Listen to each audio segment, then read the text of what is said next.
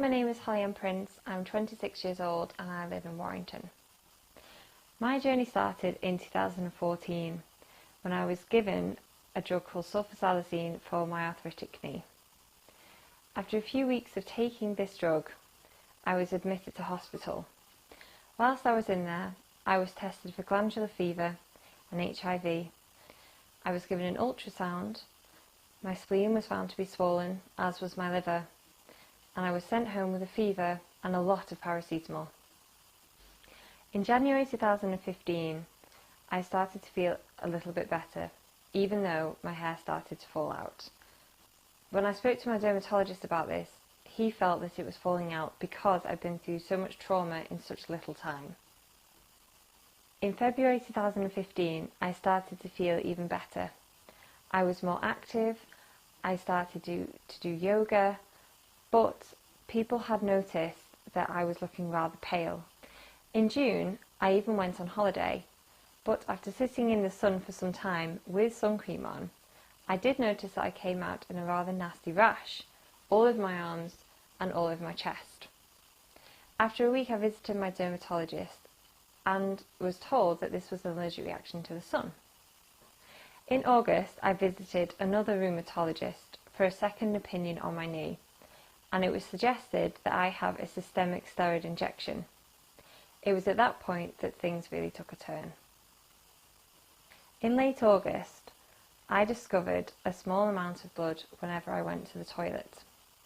Because I'm on the contraceptive pill, I thought this was what they call spotting, and turning to Dr. Google, I had also read that this could be due to the systemic steroid injection. At 2 a.m. on the 24th of September 2015, after weeks and weeks of bleeding, I woke up in an awful amount of pain on my left flank.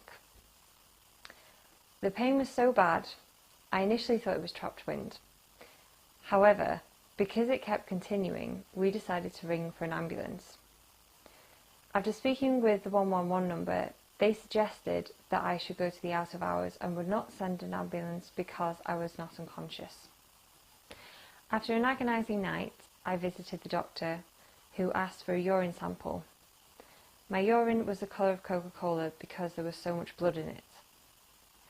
I was diagnosed with a water infection and was given a week's worth of antibiotics. However, after a week, the pain in my left flank was still very much a dull ache, and nothing had changed. I still had blood in my urine. In retrospect, I cannot believe that up until this point, nobody had suggested or even mentioned kidney cancer. I went back to the doctors with my godmother because she used to be a nurse and we felt that she could bring some gravitas to the situation. The doctor then referred me for an ultrasound, which I had a few weeks later, and it was there that they found a 10 centimetre mass on my left kidney. After the ultrasound, I was referred to a urologist within 2 weeks. Oddly enough, I saw the urologist the day before my CT scan, and so he could not give me any information onto what the mass could be in my left kidney. The following day, I had the CT scan, and the urologist had told me that he would ring as soon as he knew the results. It wasn't until 7:30 p.m. on that Friday evening that we spoke to each other, and he told me that it was cancer. He referred me to see a surgeon the following Monday. After my meeting with the surgeon, I was told I was due to have surgery within 3 weeks. My initial response to my diagnosis and my surgery wasn't like everybody else's.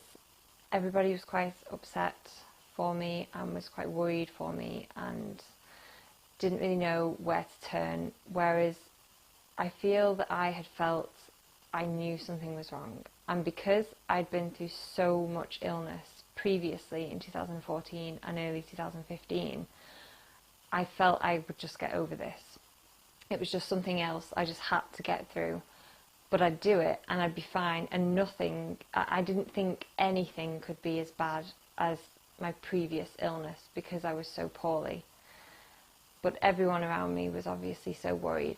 Before my surgery, I had to have a procedure done called embolization, which would help to reduce any amount of bleeding during the surgery.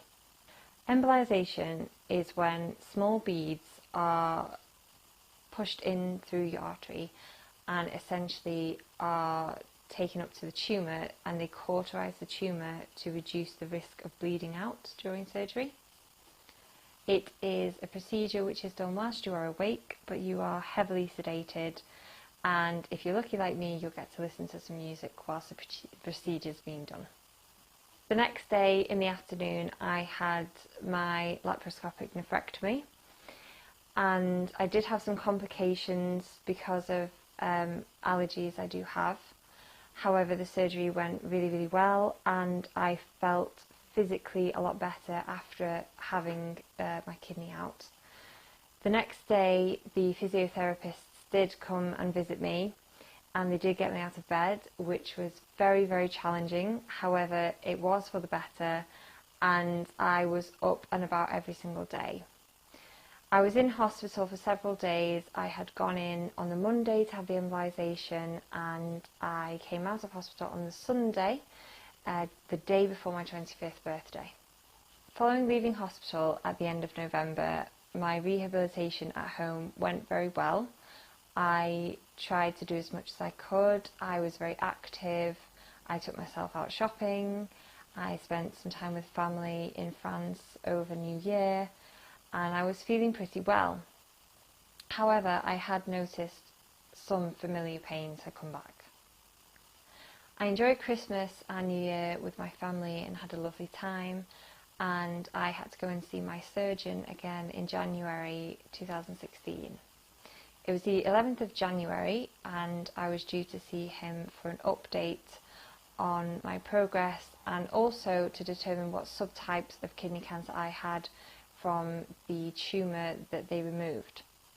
They also removed the surrounding lymph nodes and the surrounding fat to the kidney when I had the surgery.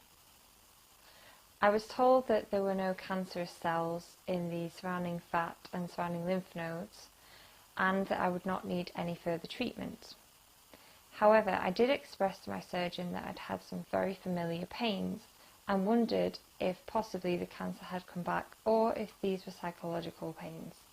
He told me that there may be some microscopic tumours that had got out and gone into other lymph nodes in my body, but that we would not know that until I had my other scans. However, for now, I was to have no more treatment.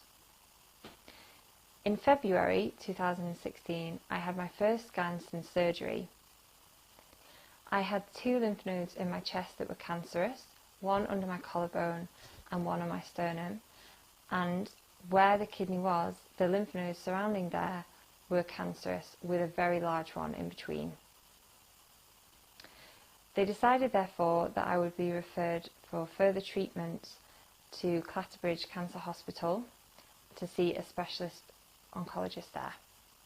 I visited my oncologist and I was given 3 options for treatment: a clinical trial which focused on a new immunotherapy drug, chemotherapy, or radiotherapy.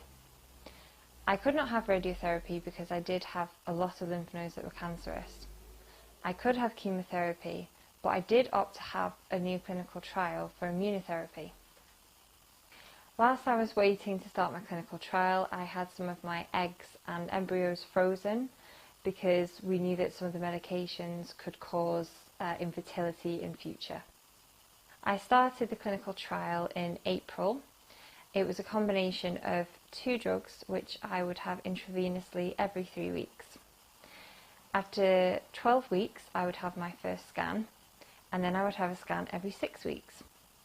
The side effects of this drug were not unpleasant.